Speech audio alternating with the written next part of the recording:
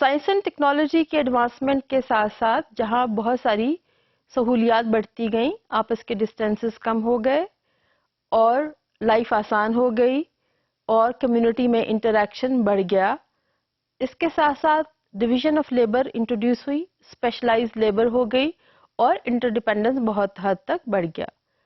یہ بات عیاں ہے کہ جیسے ہی کمیونٹیز کا انٹریکشن بڑھے گا انٹرڈیپینڈنس بڑھنی ہوگی، اور جیسے ہی سہولیات زندگی کی بڑھتی گئیں اس کے ساتھ ساتھ انڈیپینڈنس کا ہونا بڑا ضروری ہے، کیونکہ اب ضروریات ایک کمیونٹی سے پوری نہیں ہو رہی بلکہ ضروریات مختلف کمیونٹیز کے ایکسپرٹ سے پوری ہو رہی ہیں، لہٰذا انٹرڈیپینڈنس کو اہمیت دینا نہایت ہی ضروری تھا.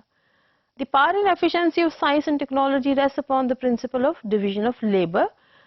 جب کمیونٹیز قریب آئیں اور افراد کا نمبر بڑھتا گیا اور گاؤں سے شہر بنتے گئے، تو اب یہاں پر ہمیں مختلف قسم کے کارکن کی ضرورت تھی اور مختلف قسم کی ایکسپرٹیز کی بھی ضرورت تھی، جن کو مختلف نالج اور سکلز آنا بہت ہی ضروری تھا تاکہ ہماری مختلف ضروریات کو پوری کر سکیں. انیشلی جہاں پر زراعت ہاتھ سے کی جاتی تھی، اب اس میں میکینیکل اور مشینری کا استعمال ہونا شروع ہوا، اور اس مشینری کو بنانے کے لیے ہمیں انڈسٹری کی ضرورت پڑی. انڈسٹری کے ساتھ ساتھ ہمیں یہ دیکھنا تھا کہ اب ہمیں اور کون سے ایکسپرٹس کی ضرورت ہے، لہٰذا انٹرڈیپینڈنس بڑھتا ہی چلا گیا اور اس کے لیے ہمیں کریکولم کو اکارڈنگلی ایڈریس کرنا ہے.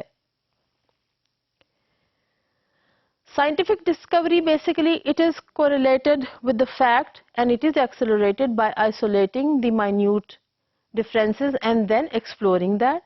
اور ان فیچرز کو جب انویسٹیگیٹ کیا جاتا ہے تو نالج کی نئی راہیں کھلتی چلی جاتی ہیں، نیا نالج کی ضرورت پڑتی ہے اور ساتھ ساتھ ہمیں نئے اسکلز کی بھی ضرورت پڑتی چلی جاتی ہے.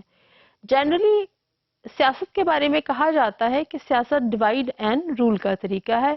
جب ہم سائنس کے بارے میں بات کرتے ہیں تو basically it is working on the principle of isolating and then exploring or conquering this nature.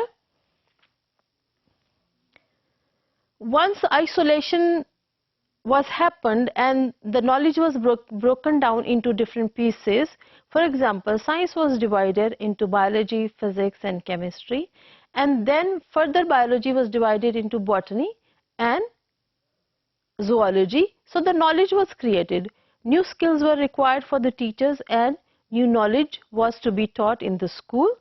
So اس پرپس کے لیے کیا ہوا کہ اب ہمارے پاس مختلف قسم کے ایکسپرٹس آنے شروع ہو گئے. جیسے ہی سوسائٹی کمپلیکس ہوئی اور معاشرہ تبدیل ہوتا گیا تو اب ہمیں فیکٹری ورکرز کے ساتھ ساتھ اور فیکٹری میں کام کرنے والے ایکسپرٹس کے ساتھ ساتھ ہمیں فزسٹ کی بھی ضرورت تھی.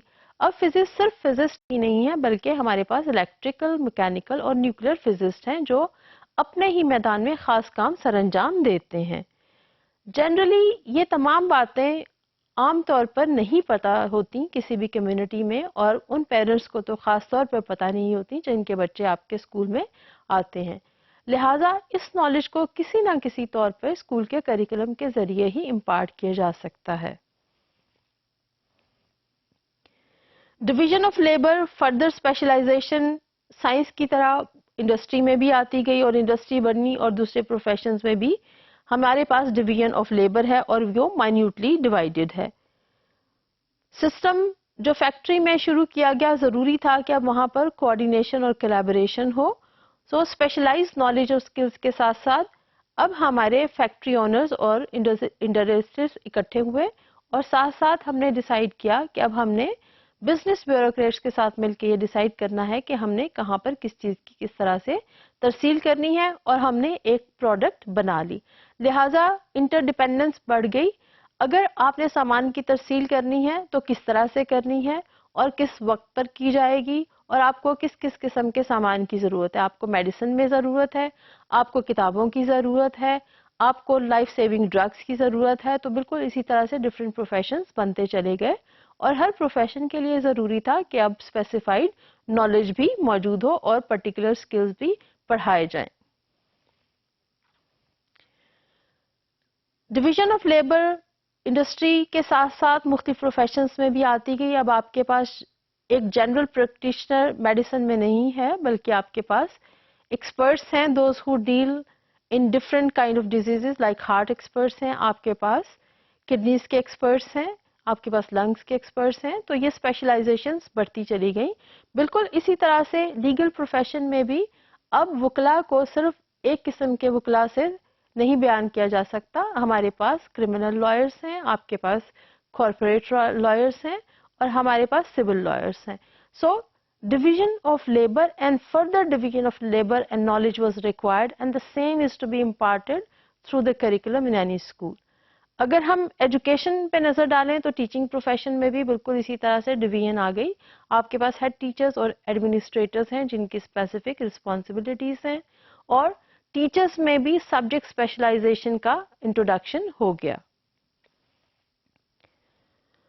Though all this division of labor and interdependence it increased, but narrowness اس حد تک آ گئی کہ ایک اسپیشلائزڈ فزسٹ جو نیوکلیئر فزسٹ ہے اس کو شاید دوسری فزکس کے بارے میں علم نہ ہو. لہٰذا انٹرڈیپینڈنس کا بہت زیادہ فائدہ یہ ہوا کہ ہمیں اب انٹریکٹ کرنا تھا اور ایک دوسرے سے کوآرڈینیٹ کر کے ہی لائف کو آسان بنانا تھا. ٹیچنگ پروفیشن میں بہت زیادہ الارمنگ نیرونیس ہے کہ آپ کے پاس ٹیچرز جو صرف پڑھانے کا کام کرتے ہیں وہ ایک ہی سبجیکٹ پڑھا سکتے ہیں. اگر لینگویج ایکسپرٹس ہیں تو شاید میتھمیٹکس کو نہ پڑھا سکیں، اور میتھمیٹکس کے ایکسپرٹ شاید آرٹ نہ پڑھا سکیں. اس نیرونیس کے ساتھ ساتھ نالج تھوڑا کمپاؤنڈ بھی ہو گیا اور ایک خاص شیل میں بند ہو گیا. اب ان تمام چیزوں کو ہم اسکول میں کس طرح سے ایڈریس کر سکتے ہیں، اس تمام چیز کو ہم دیکھیں گے جب ہم ان تمام ایجادات کو، انوویشنز کو اور ڈویژن آف لیبر کو in the perspective curriculum development explore کریں گے.